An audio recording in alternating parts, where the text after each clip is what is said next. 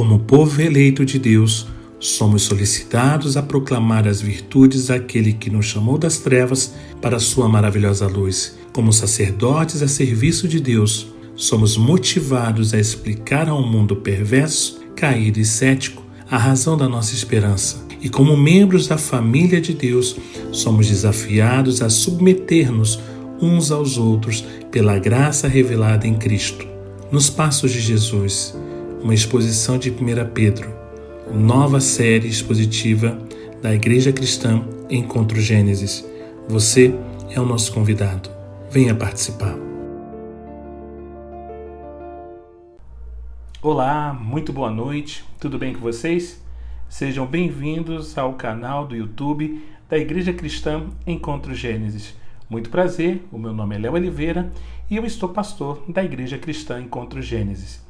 Estamos nesse mês com uma exposição bíblica chamada Nos Passos de Jesus, uma exposição em 1 Pedro, e tem sido algo fantástico, tem sido sensacional aquilo que temos aprendido dessa carta do apóstolo Pedro.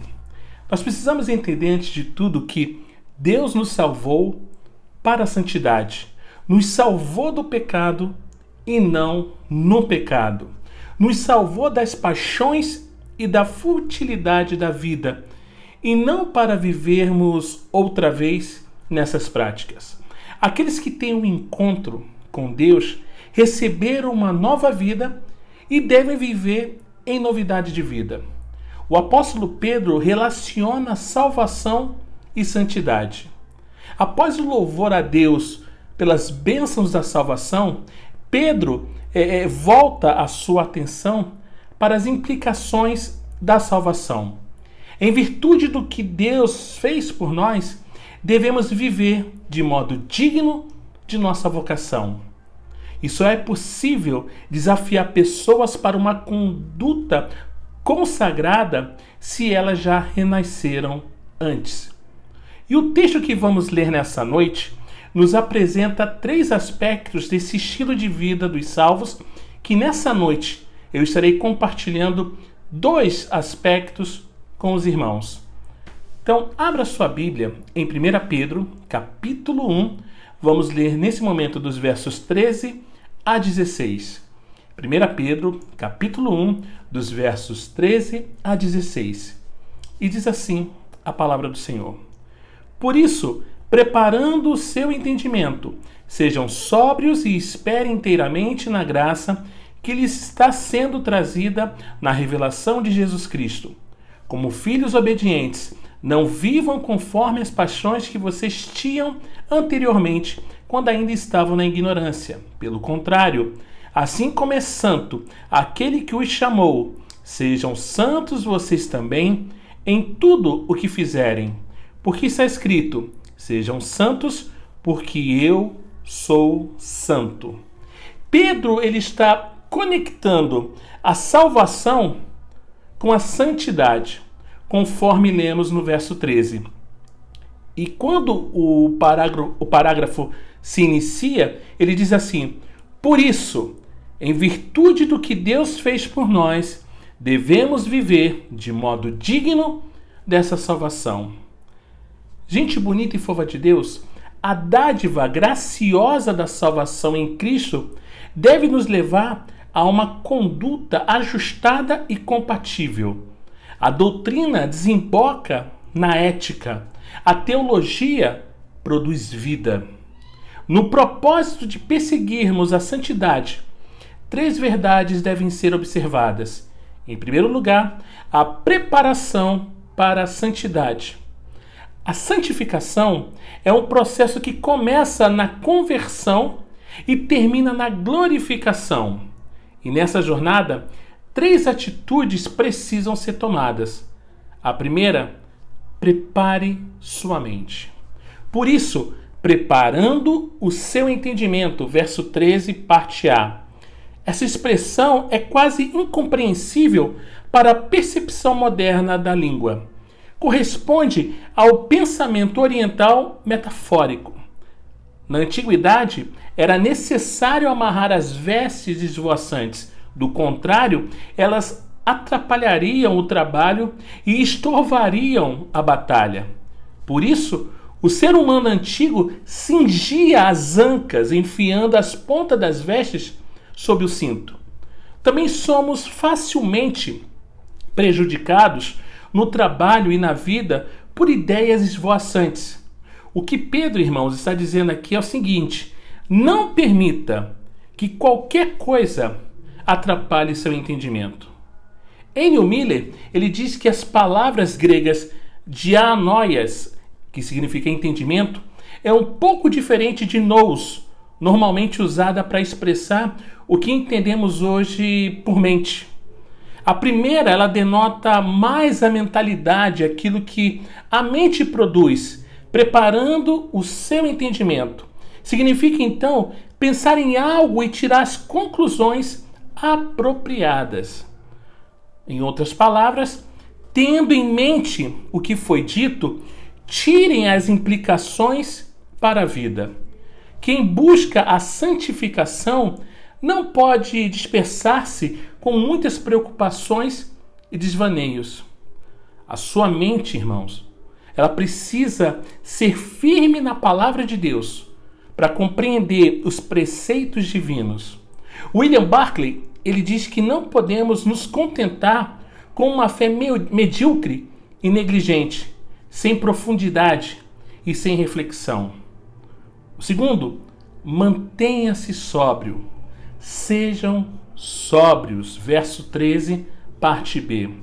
Essa exortação, ela foi repetida 3 vezes nessa epístola. A palavra grega nefonte significa domínio próprio, especialmente com relação à bebida alcoólica. É uma exortação que é dirigida contra qualquer embriaguez por álcool ou, de modo geral, contra qualquer tipo de êxtase dos sentidos.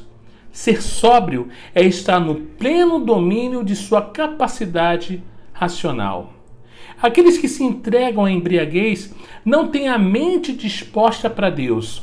Também significa ser calmo, estável, controlado, ponderar as coisas. A mente deve estar livre de precipitação ou confusão. Ela deve rejeitar a tentação de ser influenciada por bebidas e drogas intoxicantes. Deve permanecer sempre em alerta. A terceira, espere na graça. E espere inteiramente na graça que lhes está sendo trazida na revelação de Jesus Cristo. Verso 13, parte C. Diante das perseguições e dos sofrimentos pelos quais os cristãos estavam passando, Pedro os encoraja a olharem para frente, para a recompensa futura, para a segunda vinda de Cristo, para a glória que os aguardava, a plenitude da sua salvação.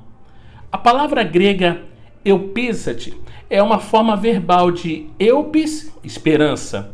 O objeto da esperança é a graça que nos está sendo trazida.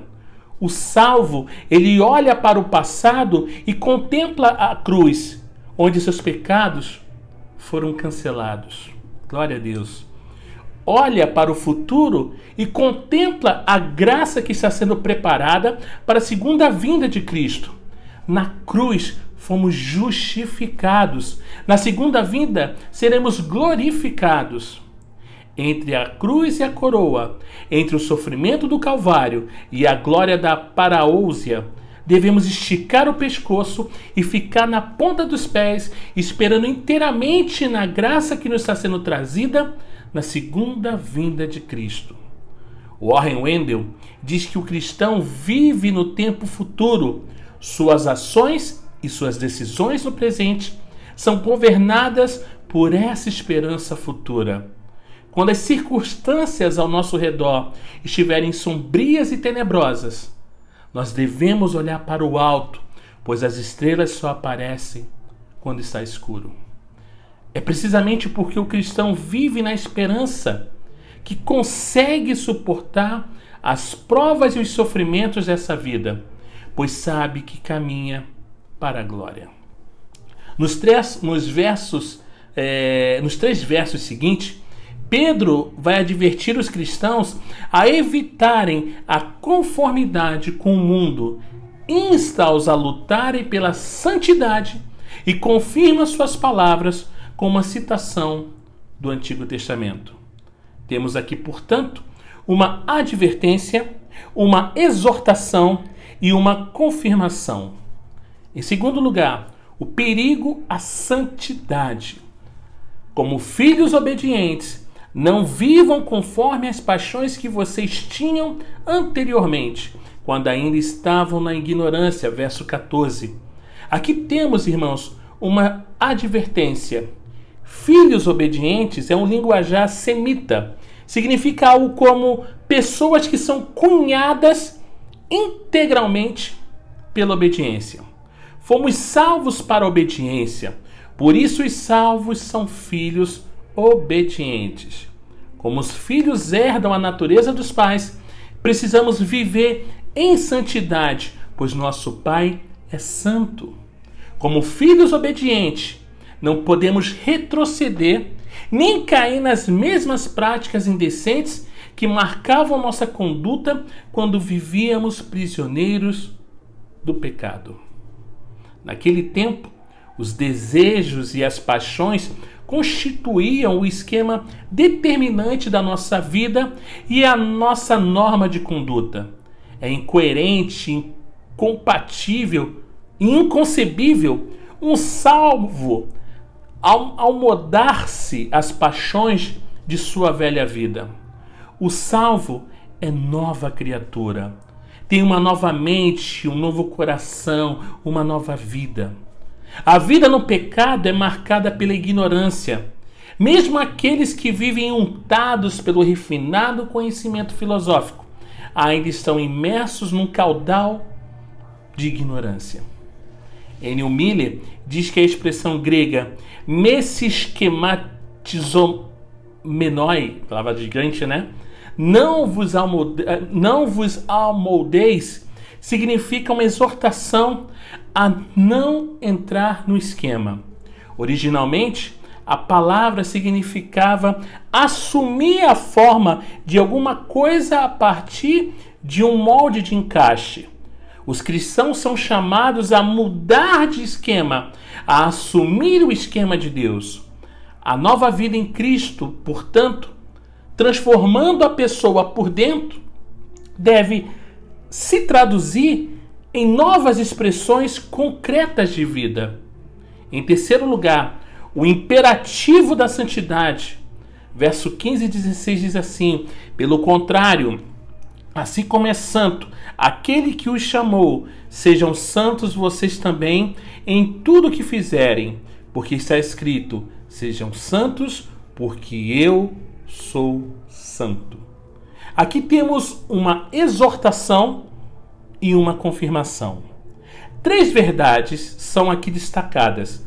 A primeira, a santidade é imperativa porque o Deus que nos chama é santo. O termo grego hagios, referente a Deus, traz a ideia de separado. Fala sobre a singularidade divina em relação a todo o resto, a sua distinção como aquele que é totalmente outro. Também expressa sua perfeição moral. Deus nos chama para sermos seus filhos e refletirmos seu caráter. Não fomos destinados apenas para a glória, mas para sermos semelhantes ao Rei da Glória. Fomos chamados para sermos coparticipantes da natureza divina.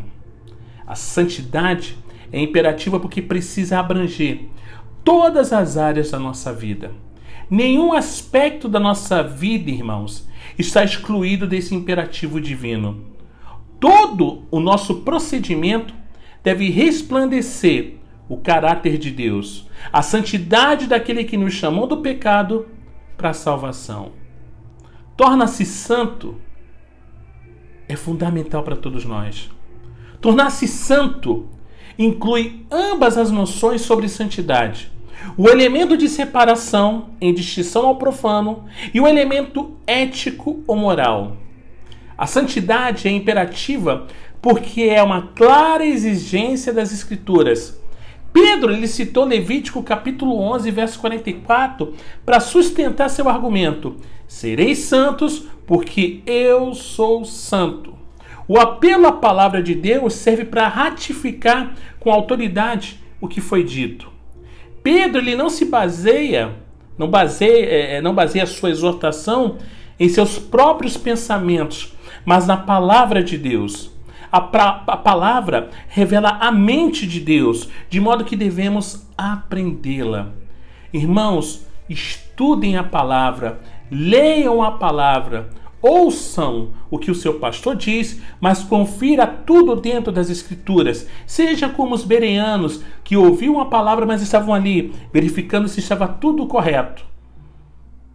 Leiam, não deixe que falsos pastores, que esses apóstolos que se autoproclamam apóstolos, tente vos enganar. Alimente-se da palavra de Deus, ouçam pastores que estão ali no crivo da palavra, que estão ali rentes àquilo que a palavra do Senhor está trazendo como revelação. A palavra revela, como eu disse, a mente de Deus, de modo que devemos aprendê-la. Revela o coração de Deus, de modo que devemos amá-la, e revela a vontade de Deus, de modo que devemos obedecê-la. O ser como um todo, a mente, o coração e a volição precisa ser controlado pela palavra de Deus. Aleluia! Os salvos devem viver com reverência. Vamos ler dos versos 17 a 21, 1 Pedro. 1 Pedro, capítulo 1, dos versos 17 ao verso 21.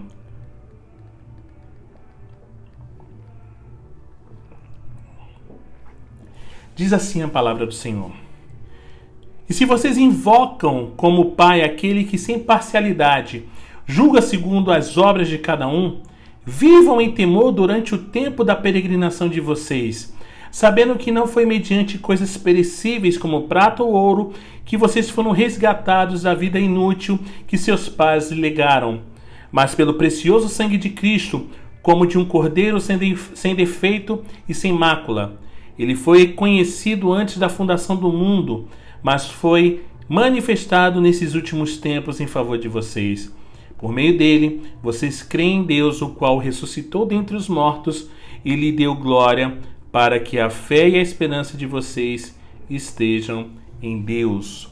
O apóstolo Pedro, irmãos, passa da santidade dos salvos para a reverência que eles devem prestar a Deus, a segunda marca dos que receberam a salvação. Deus é Pai, mas também juiz.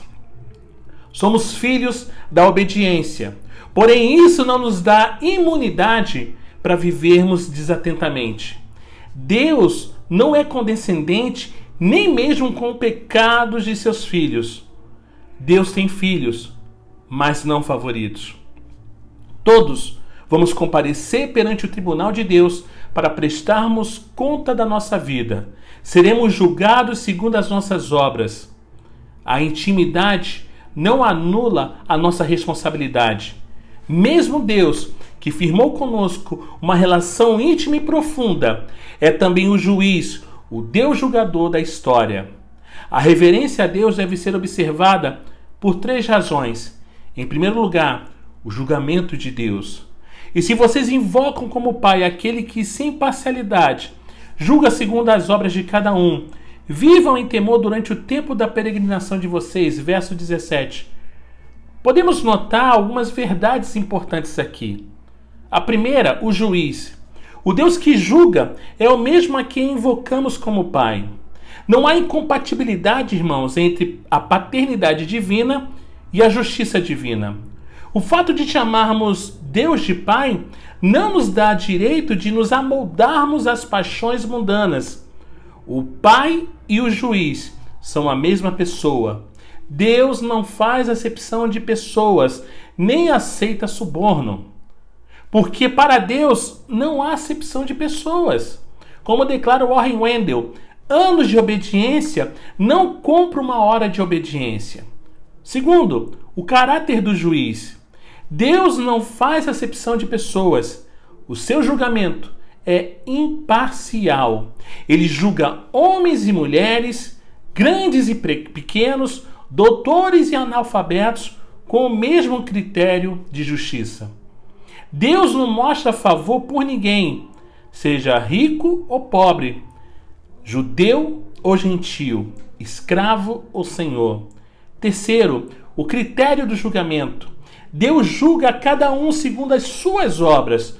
Não há imunidade, não há preferência. Deus não inocenta o culpado. 4. As implicações do julgamento. Tendo em vista que seremos julgados, precisamos nos portar com temor durante toda a nossa peregrinação no mundo.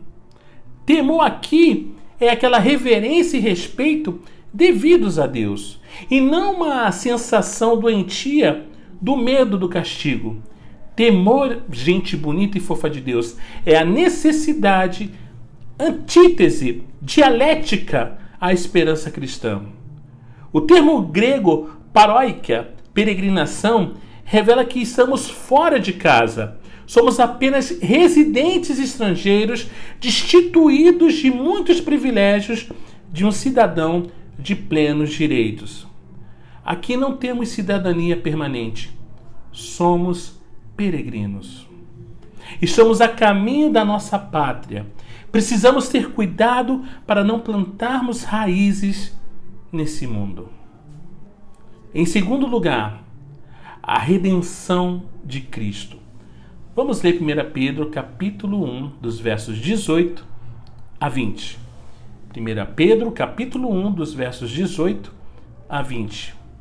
E diz assim a palavra do Senhor. O apóstolo Paulo, ele escreve: sabendo que não foi mediante coisas perecíveis como prata ou ouro, que vocês foram resgatados da vida inútil que seus pais lhe legaram, mas pelo precioso sangue de Cristo, como de um cordeiro sem defeito e sem mácula.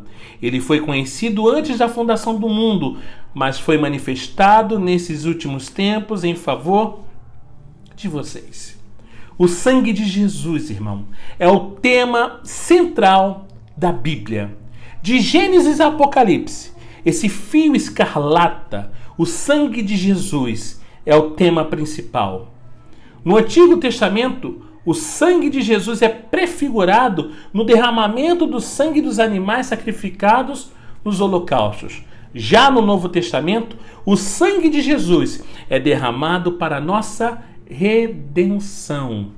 Você não é reconciliado com Deus por suas obras, méritos ou religiosidade, mas por meio do sangue do Cordeiro de Deus, Jesus Cristo.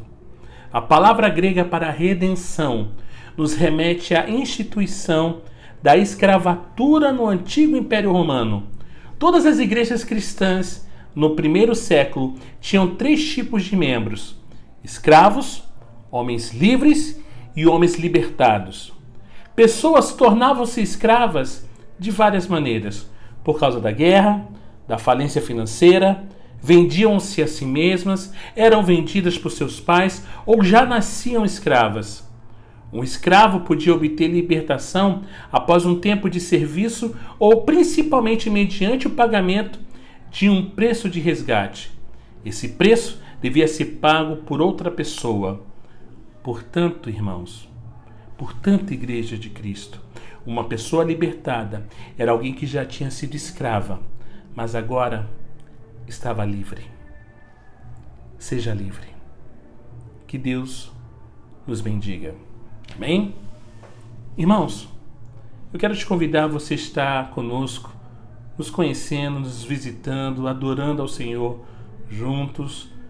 No próximo domingo, a partir das 17h30, a nossa reunião de oração, e às 18 horas o nosso culto público com a série expositiva Nos Passos de Jesus, uma exposição de 1 Pedro. A Igreja Cristã Encontro Gênesis fica localizada na Rua Machado de Assis, número 262, Vila Nova, Nova Iguaçu. Essa rua fica próximo a Mercedes-Benz e próximo à Avenida Carlos Marques Rolo. Quer nos conhecer um pouco mais? Acesse o nosso site www.encontrogenesis.com.br Se você quiser também ouvir os nossos áudios de estudos e exposições bíblicas, basta você procurar nos principais agregadores de áudio e colocar lá Igreja Cristã Encontro Gênesis. Acesse também as nossas redes sociais, basta colocar @Igreja Cristã Encontro Gênesis. Irmãos, uma semana incrível para todos vocês, de muita alegria, de muita paz, que o Pai possa ser glorificado através das nossas vidas em tudo o que viermos a fazer. Deus abençoe cada um de vocês, um forte abraço, paz e bem a todos.